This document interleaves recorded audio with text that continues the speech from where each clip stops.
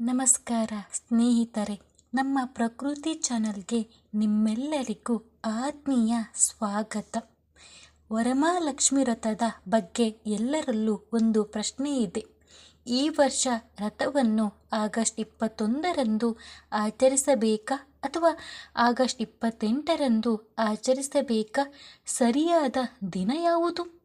ಇದರ ಜೊತೆಗೆ ವರಮಹಾಲಕ್ಷ್ಮಿ ವ್ರತದ ಮಹತ್ವವೇನು, ಪೂಜೆಯನ್ನು ಹೇಗೆ ಮಾಡಬೇಕು, ಯಾವ ಸಮಯದಲ್ಲಿ ಮಾಡಬೇಕು, ಏನು ಮಾಡಬೇಕು, ಏನು ಮಾಡಬಾರ್ದು, ವ್ರತದ ಸಂಪೂರ್ಣ ವಿಧಾನ ಮತ್ತು ಅದರ ಫಲಗಳ ಬಗ್ಗೆ ಈ ವಿಡಿಯೋದಲ್ಲಿ ಸಂಪೂರ್ಣವಾಗಿ ತಿಳಿದುಕೊಳ್ಳೋಣ. ಆದ್ದರಿಂದ ಈ ವಿಡಿಯೋವನ್ನು ಕೊನೆಯವರೆಗೂ ತಪ್ಪದೆ ನೋಡಿ. ವರಮಹಾಲಕ್ಷ್ಮಿ ವ್ರತ ಹಿಂದೂ ಧರ್ಮದಲ್ಲಿ ಅತ್ಯಂತ ಪವಿತ್ರವಾದ ವ್ರತಗಳಲ್ಲಿ ಒಂದಾಗಿದೆ. ಈ ದಿನ ತಾಯಿ ಮಹಾಲಕ್ಷ್ಮಿಯನ್ನು ಭಕ್ತಿಯಿಂದ ಪೂಜಿಸಿದರೆ ಮನೆಗೆ ಐಶ್ವರ್ಯ, ಆರೋಗ್ಯ, ಸುಖ, ಶಾಂತಿ ಮತ್ತು ಸಮೃದ್ಧಿ ಲಭಿಸುತ್ತದೆ ಎಂದು ನಂಬಲಾಗಿದೆ. 2026ರಲ್ಲಿ ಯಾವ ದಿನ ಆಚರಿಸಬೇಕು? 2026ರಲ್ಲಿ ಪಂಚಾಂಗ ಭೇದದಿಂದ ಕೆಲವೆಡೆ ಆಗಸ್ಟ್ 21 ಹಾಗೂ ಇನ್ನು ಕೆಲವೆಡೆ ಆಗಸ್ಟ್ 28ರಂದು ವರಮಹಾಲಕ್ಷ್ಮಿ ವ್ರತವನ್ನು ಆಚರಿಸುವ ಉಲ್ಲೇಖಗಳು ಕಂಡುಬರುತ್ತವೆ. ನೀವು ನಿಮ್ಮ ಕುಟುಂಬದ ಸಂಪ್ರದಾಯ, ನಿಮ್ಮ ಮನೆಯ ಪಂಚಾಂಗ ಅಥವಾ ನಿಮ್ಮ ಊರಿನ ದೇವಸ್ಥಾನದ ಸೂಚನೆಯಂತೆ ಆಚರಿಸುವುದು ಉತ್ತಮ. ನಿಮ್ಮ ಕುಟುಂಬದಲ್ಲಿ ಯಾವ ದಿನದಿಂದ ಆಚರಣೆ ನಡೆದು ಬಂದಿದೆಯೋ ಅದನ್ನೇ ಮುಂದುವರಿಸುವುದು ಶ್ರೇಷ್ಠ. ವರಮಹಾಲಕ್ಷ್ಮಿ ವ್ರತದ ಮಹತ್ವ. ಪುರಾಣಗಳ ಪ್ರಕಾರ ಚಾರುಮತಿ ಎಂಬ ಸ್ತ್ರೀಯಗೆ ಮಹಾಲಕ್ಷ್ಮೀ ದೇವಿಯು ಕನಸಿನಲ್ಲಿ ಕಾಣಿಸಿಕೊಂಡು ಈ ವ್ರತವನ್ನು ಮಾಡುವಂತೆ ತಿಳಿಸಿದಳು. ಅವಳು ಭಕ್ತಿಯಿಂದ ವ್ರತವನ್ನು ಆಚರಿಸಿದ ನಂತರ ಅಪಾರ ಐಶ್ವರ್ಯ, ಸಂತೋಷ ಮತ್ತು ಶುಭ ಫಲಗಳನ್ನು ಪಡೆದಳು. ಆಗಿನಿಂದ ಈ ವ್ರತವು ಪ್ರಸಿದ್ಧಿಯಾಯಿತು. ಪೂಜೆಗೆ ಬೇಕಾಗುವ ಸಾಮಗ್ರಿಗಳು: ಕಳಸ, ತೆಂಗಿನಕಾಯಿ, ಮಾವಿನ ಎಲೆಗಳು, ಅರಿಶಿನ, ಕುಂಕುಮ, ಹೂಗಳು, ಲಕ್ಷ್ಮೀದೇವಿಯ ಚಿತ್ರ ಅಥವಾ ಮುಖವಾಡ, ಹಣ್ಣುಗಳು, ಸಿಹಿ ನೈವೇದ್ಯ, ದೀಪ, ಧೂಪ, ತಾಂಬೂಲ.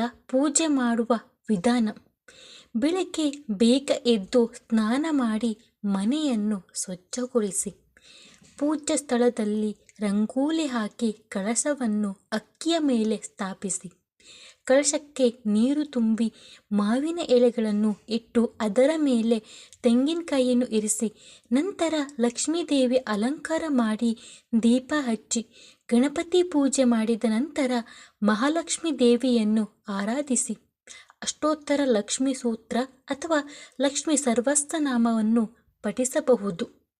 ನಂತರ ನೈವೇದ್ಯ ಅರ್ಪಿಸಿ ಮಂಗಳಾರತಿ ಮಾಡಿ. ಈ ದಿನ ಏನು ಮಾಡಬೇಕು? ಭಕ್ತಿಯಿಂದ ಪೂಜೆ ಮಾಡಬೇಕು.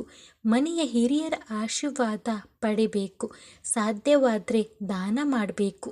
ಮಹಿಳೆಯರಿಗೆ ತಾಂಬೂಲ ನೀಡುವುದು ಶುಭ. ಸಾತ್ವಿಕ ಆಹಾರ ಸೇವಿಸಬೇಕು. ದೇವಿಯ ನಾಮಸ್ಮರಣೆ ಮಾಡಬೇಕು. ಏನು ಮಾಡಬಾರ್ದು? ಜಗಳ, ಕೋಪ, ಕಟುವಾದ ಮಾತುಗಳನ್ನು ತಪ್ಪಿಸಿ. ಮನೆ ಅಶುಚಿಯಾಗದಂತೆ ನೋಡಿಕೊಳ್ಳಿ. ಪೂಜೆಯ ಸಮಯದಲ್ಲಿ ಅನಗತ್ಯ ಮಾತುಕತೆ ತಪ್ಪಿಸಿ. ಯಾರ ಮನಸ್ಸಿಗೂ ನೋವು ಕೊಡಬೇಡಿ. ಸಾಧ್ಯವಾದರೆ ಮಾಂಸಾಹಾರಿ ಮತ್ತು ಮದ್ಯಪಾನದಿಂದ ದೂರವಿರಿ. ವ್ರತದ ಫಲ: ಈ ವ್ರತವನ್ನು ಭಕ್ತಿಯಿಂದ ಆಚರಿಸಿದವರಿಗೆ ಮಹಾಲಕ್ಷ್ಮಿ ಕೃಪೆಯಿಂದ ಕುಟುಂಬದಲ್ಲಿ ಸುಖ, ಶಾಂತಿ, ಆರೋಗ್ಯ, ಆರ್ಥಿಕ ಪ್ರಗತಿ ಮತ್ತು ಸಮೃದ್ಧಿ ನೆಲೆಸುತ್ತದೆ ಎಂದು ಭಕ್ತರು ನಂಬುತ್ತಾರೆ. ಈ ವ್ರತದ ಮತ್ತೊಂದು ವಿಶೇಷ ಎಂದರೆ ಅಷ್ಟಲಕ್ಷ್ಮಿಯ ಅನುಗ್ರಹ ದೊರೆಯುತ್ತದೆ ಎಂಬ ನಂಬಿಕೆ. ಅಷ್ಟಲಕ್ಷ್ಮಿ ಎಂದರೆ ಧನಲಕ್ಷ್ಮಿ, ಧಾನ್ಯಲಕ್ಷ್ಮಿ, ಗಜಲಕ್ಷ್ಮಿ, ಸಂತಾನಲಕ್ಷ್ಮಿ, ವಿಜಯಲಕ್ಷ್ಮಿ, ಧೈರ್ಯಲಕ್ಷ್ಮಿ, ವಿದ್ಯಾಲಕ್ಷ್ಮಿ ಮತ್ತು ಆದಿಲಕ್ಷ್ಮಿ. ಈ 8 ರೂಪಗಳಲ್ಲಿ ದೇವಿಯು ಭಕ್ತರಿಗೆ ವಿವಿಧ ರೀತಿಯ ಶುಭ ಫಲಗಳನ್ನು ಕರುಣಿಸುತ್ತಾಳೆ ಎಂದು ಪುರಾಣಗಳು ಹೇಳುತ್ತವೆ. ಅನೇಕರು ಕೇಳುವ ಪ್ರಶ್ನೆ ಎಂದರೆ, ವ್ರತವನ್ನು ಯಾರು ಮಾಡಬಹುದು? ಈ ವ್ರತವನ್ನು ವಿವಾಹಿತ ಮಹಿಳೆಯರು ಮಾತ್ರವಲ್ಲ, ಅವಿವಾಹಿತ ಯುವತಿಯರು, ಪುರುಷರು ಹಾಗೂ ಕುಟುಂಬದ ಎಲ್ಲರೂ ಭಕ್ತಿಯಿಂದ ಆಚರಿಸಬಹುದು. ಮುಖ್ಯವಾದುದು ದೇವಿಯ ಮೇಲಿನ ನಂಬಿಕೆ ಮತ್ತು ಶ್ರದ್ಧೆ. ವ್ರತದ ದಿನ ಉಪವಾಸ ಹೇಗೆ ಇರಬೇಕು? ಪೂರ್ಣ ಉಪವಾಸ ಮಾಡಲು ಸಾಧ್ಯವಾದವರು ಹಣ್ಣು, ಹಾಲು ಮತ್ತು ಸಾತ್ವಿಕ ಆಹಾರವನ್ನು ಸೇವಿಸುತ್ತಾ ವ್ರತವನ್ನು ಆಚರಿಸಬಹುದು. ಆರೋಗ್ಯದ ಸಮಸ್ಯೆ ಇರುವವರು ತಮ್ಮ ಸಾಮರ್ಥ್ಯಕ್ಕೆ ಅನುಗುಣವಾಗಿ ಉಪವಾಸ ಮಾಡಬಹುದು. ದೇವಿಯು ಭಕ್ತಿಯನ್ನೇ ಮುಖ್ಯವಾಗಿ ಸ್ವೀಕರಿಸುತ್ತಾಳೆ. ನೈವೇದ್ಯವಾಗಿ ಏನು ಅರ್ಪಿಸಬಹುದು? ಪಾಯಸ, ಕಡುಬು, ಕೊಬ್ಬರಿ ಉಂಡೆ, ಲಡ್ಡು, ಪಂಚಾಮೃತ, ಹಾಲು, ಬಾಳೆಹಣ್ಣು ಹಾಗೂ ಇತರ ಹಣ್ಣುಗಳು. ನಿಮ್ಮ ಮನೆಯ ಸಂಪ್ರದಾಯದ ಪ್ರಕಾರ ಸಿಹಿ ಪದಾರ್ಥಗಳನ್ನು ತಯಾರಿಸಿ ನೈವೇದ್ಯವಾಗಿ ಅರ್ಪಿಸಬಹುದು. ಸಂಜೆ ಪೂಜೆ. ಸಂಜೆಯ ಸಮಯದಲ್ಲಿ ಮತ್ತೊಮ್ಮೆ ದೀಪ ಹಚ್ಚಿ ಮಹಾಲಕ್ಷ್ಮೀ ದೇವಿಗೆ ಆರತಿ ಮಾಡುವುದು ಶುಭಕರ ಎಂದು ಪರಿಗಣಿಸಲಾಗುತ್ತದೆ. ಕುಟುಂಬದ ಎಲ್ಲರೂ ಸೇರಿ ಲಕ್ಷ್ಮಿ ಅಷ್ಟೋತ್ತರ ಅಥವಾ ಮಹಾಲಕ್ಷ್ಮಿ ಸ್ತೋತ್ರವನ್ನು ಪಠಿಸಿದರೆ ಮನೆಯಲ್ಲಿ ಸಕಾರಾತ್ಮಕ ವಾತಾವರಣ ನಿರ್ಮಾಣವಾಗುತ್ತದೆ. ವ್ರತದ ನಂತರ ಪೂಜೆ ಮುಗಿದ ಬಳಿಕ ಪ್ರಸಾದವನ್ನು ಕುಟುಂಬದವರಿಗೆ ಹಾಗೂ ನೆರೆಹೊರೆಯವರಿಗೆ ಹಂಚಿ ಸುಮಂಗಲಿಯರಿಗೆ ಅರಿಶಿನ, ಕುಂಕುಮ, ಹೂವು, ತಾಂಬೂಲ ನೀಡುವುದು ಶುಭಕರವೆಂದು ಭಕ್ತರು ಆಚರಿಸುತ್ತಾರೆ.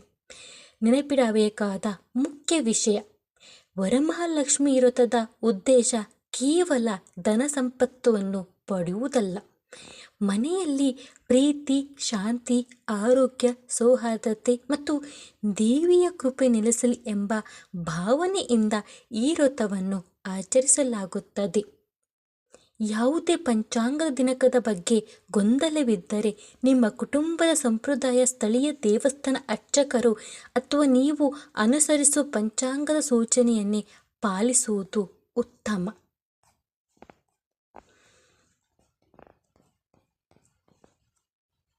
ಈ ಮಾಹಿತಿ ನಿಮಗೆ ಉಪಯುಕ್ತವಾಗಿದ್ದರೆ ವಿಡಿಯೋವನ್ನು ಲೈಕ್ ಮಾಡಿ, ಶೇರ್ ಮಾಡಿ, ಕಮೆಂಟ್ ಮಾಡಿ ಹಾಗೂ ಪ್ರಕೃತಿ ಚಾನಲ್ ಅನ್ನು ಸಬ್ಸ್ಕ್ರೈಬ್ ಮಾಡಿ. ಧನ್ಯವಾದಗಳು. ಶ್ರೀ ಮಹಾಲಕ್ಷ್ಮೀ ದೇವಿಯ ಕೃಪೆ ನಿಮ್ಮ ಕುಟುಂಬದ ಮೇಲೆ ಸದಾ ಇರಲಿ.